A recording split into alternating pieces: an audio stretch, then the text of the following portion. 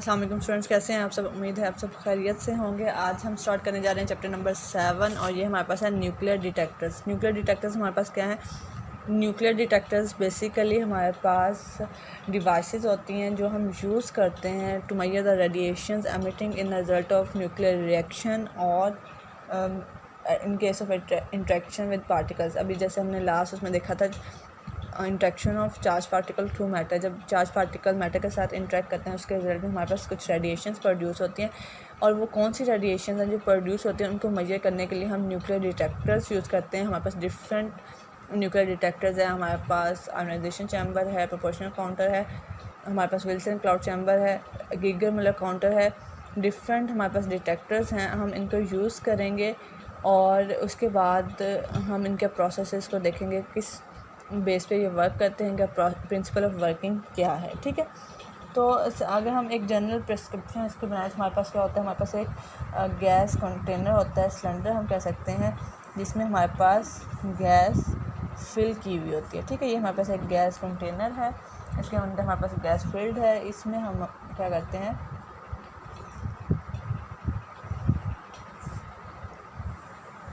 ठीक है, इसको हमने कनेक्ट किया है एक रेजिस्टेंस के साथ और फिर उस रेजिस्टेंस को हमने कनेक्ट किया है वोल्टेज के साथ। एक पूरा हमारे पास सेटअप है,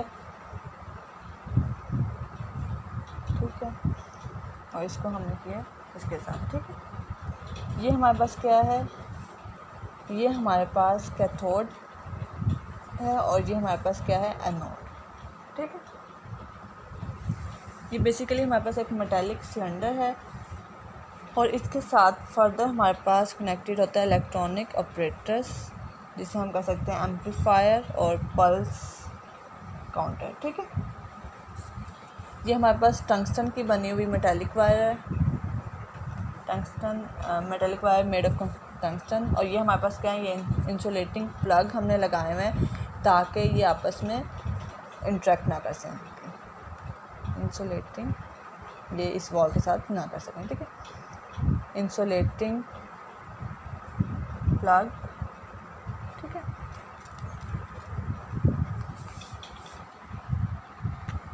अब ये हमारे पास क्या है? ये पूरा जो सेटअप है, ये हमारे पास ये वॉल्स हैं और ये वॉल्स हैं, ये हमारे पास एज अ कैथोड बिहेव कर रही हैं और ये जो हमारे पास सेंटर वायर है ये वाली, ये हमारे पास बिहेव कर रही है एज अ एनोड। ठीक है, इसमें हमने क्या किया है? एक गैस फिल की है। वो गैस कोई भी हमारे पास हो सकती है, वो हमारे पास हीलियम गैस हम सपोज कर सकते हैं। इसमें हमने क्या किया? एक्सटर्नली कोई रेडिएशन इंटर की। वो रेडिएशन हमारे पास कौन सी हो सकती है? वो हमारे पास अल्फ़ा रेज हो सकती हैं, वो हमारे पास बीटा रेज हो सकती हैं, इलेक्ट्रॉन हो सकते हैं। हमने इसमें इंटर किए और उसके बाद हमारे पास क्या हो गए? जब वो रेडिएशन हमने इंटर की, यहाँ पे हमारे पास गैस मॉलिक्यूल्स ऑलरेडी मौजूद हैं, ये उन गैस मॉलिक्यूल्स के साथ कोलाइड करेंगे। ये जो हमने चार्ज पार्टिकल इंटर किए हैं जिनके साथ कोलाइड करेंगे, जब कोलाइड करेंगे अपनी एनर्जी ट्रांसफ़र करेंगे और उसकी वजह से हमारे पास क्या होंगे?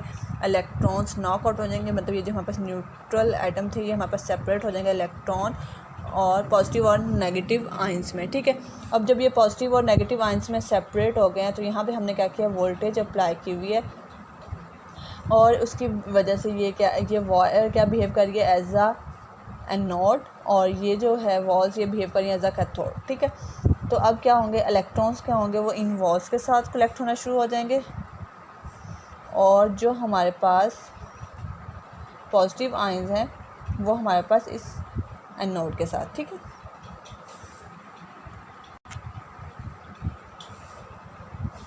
ठीक है, अब इस यहाँ पे हमारे पास क्या इलेक्ट्रॉन, सॉरी, ये कैथोड के साथ हमारे पास पॉजिटिव आयंस और एनोड के साथ हमारे पास क्या होंगे? Negative ions. ठीक है, अब जब इलेक्ट्रॉन्स मूव करेंगे तो एनोड की तरफ, तो उनके फ्लो मूवमेंट की वजह से, इनके फ़्लो की वजह से हमारे पास क्या होगा? यहाँ पे करंट जनरेट होगा। वो करंट क्या होगा? यहाँ से मूव होगा।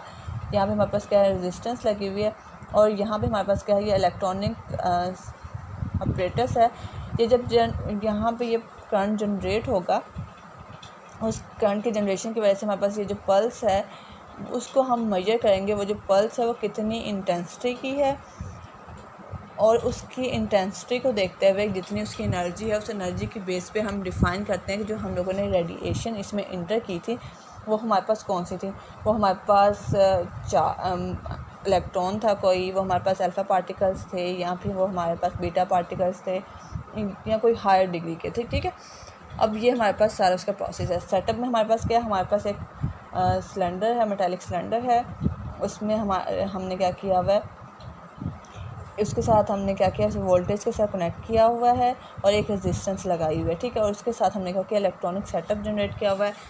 और इसमें हमने सिलेंडर में जब गैस फिल करते हैं तो उसकी वजह से हमने ये बेसिकली ये वोल्टेज अप्लाई करते हुए हम लोगों ने ये जो इलेक्ट्रॉन्स और प्रोटॉन्स हमारे पास जनरेट हुए हैं, पॉजिटिव एंड नेगेटिव आयंस जो हमारे पास जनरेट हुए हैं, उनको हमने कंबाइंड होने से, रीजॉइन होने से रोका हुआ है। ठीक है, अब इलेक्ट्रॉन्स के मूवमेंट की वजह से जो करंट फ्लो होता है उस करंट की इंटेंसिटी को मेजर करते हुए हम एक्सप्लेन करते हैं कि हमारे पास इसमें जो रेडिएशन इंटर हुई है वो किस इंटेंसिटी की है, मतलब जिस रिएक्शन के रिजल्ट में हमारे पास ये रेडिएशन जनरेट हुई है तो ये रेडिएशन कौन सी है। ठीक है, बहुत सारे हम ऐसे रिएक्शन परफॉर्म करते हैं जिसमें हम कहते हैं कि हमारे पास रिजल्ट में प्रोटॉन होना चाहिए, तो हम ये चेक करते हैं कि बेसिकली इसमें जो हमारे पास रेडिएशन जनरेट हुई है वो प्रोटॉन ही है या अल्फ़ा पार्टिकल है, वो क्या है। ठीक है, तो अब हमारे पास जो करंट पल्स जनरेट हुई है वो डिपेंड करती है दो फैक्टर्स पे।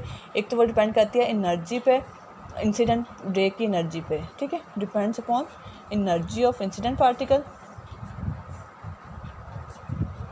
इंसिडेंट रेडिएशन या पार्टिकल कर लें। ठीक है, उसके बाद अलावा वो डिपेंड करती है इलेक्ट्रिक फील्ड पे, जो इलेक्ट्रिक फील्ड अप्लाई की हुई है उस पर डिपेंड करती है।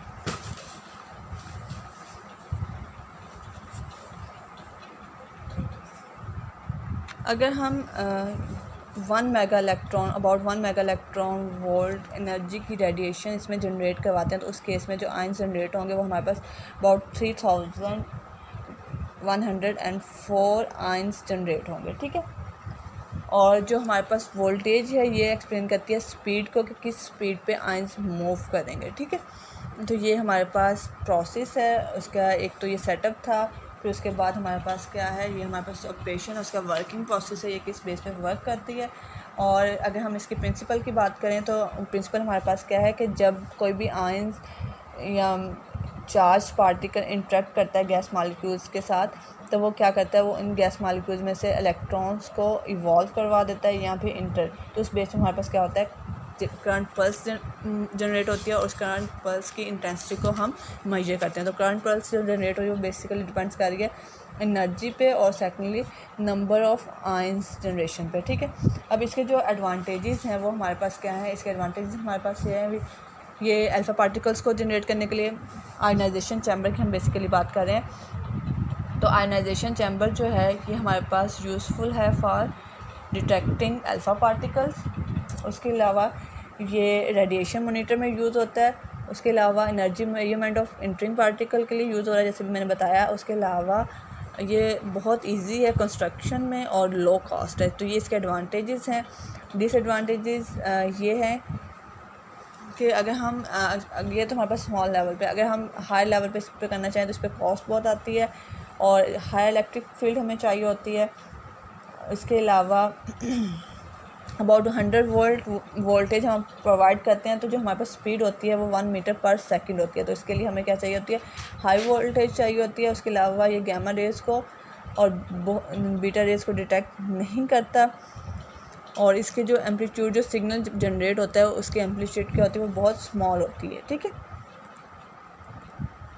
उसके अलावा अब अगर हम मैथमेटिकली इसको एक्सप्लेन करना चाहें, जैसे भी हमने बताया कि हमारे पास ये डिपेंड कर होता है पार्टिकल्स पे, नंबर ऑफ़ आयंस पे। तो ये आपकी बुक में गिवन भी है। इसमें हमारे पास हम सपोज कर लेते हैं, ये जो सेपरेशन है, ये जो डिस्टेंस है, ये हमारे पास d है और जो वोल्टेज अप्लाई की गई है वो हमारे पास VB है। तो इस केस में जो हमारे पास E होगा, इलेक्ट्रिक फील्ड, वो हमारे पास इक्वल होगी VB/D के। और जो चार्ज है इन आयंस पे, वो हर चार्ज पे जो चार्ज है, हर आयन पे जो चार्ज है, वो हमारे पास Q = CVB पे। और हमारे पास इसमें C क्या है, वो कैपेसिटेंस है between two plates of chamber. और हमारे पास जो rate of change of energy है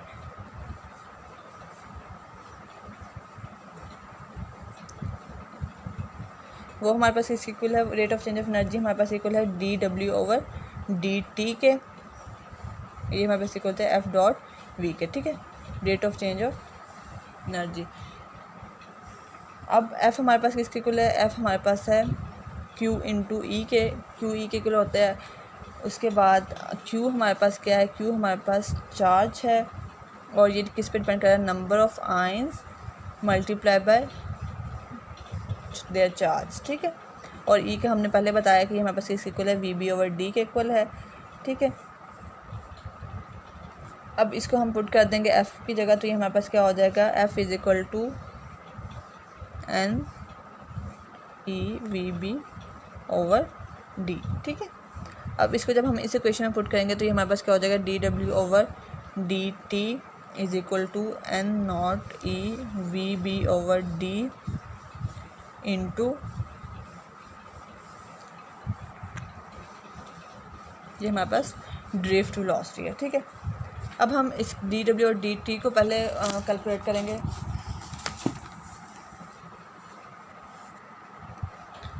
D W over D T हमारे पास किसके इक्वल है, D W over D T हमारे पास इक्वल है,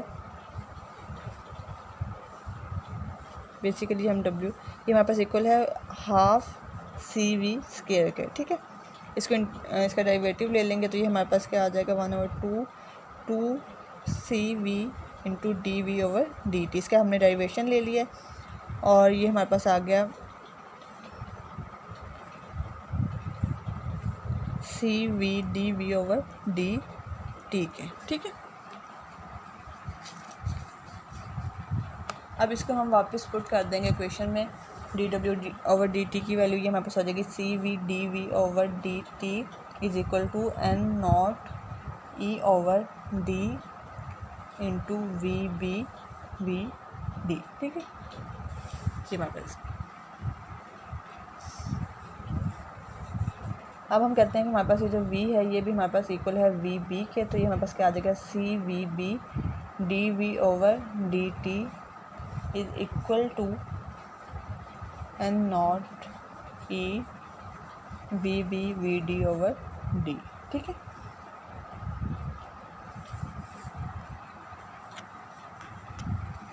ये हमारे पास कैंसिल आउट हो गया और हमारे पास क्या आ गया, D V over D T N naught E over C V D over D, V D हमारे पास इक्वल है एक्स के और ये हमारे पास आ गया एक्स ओवर डी के, ठीक है।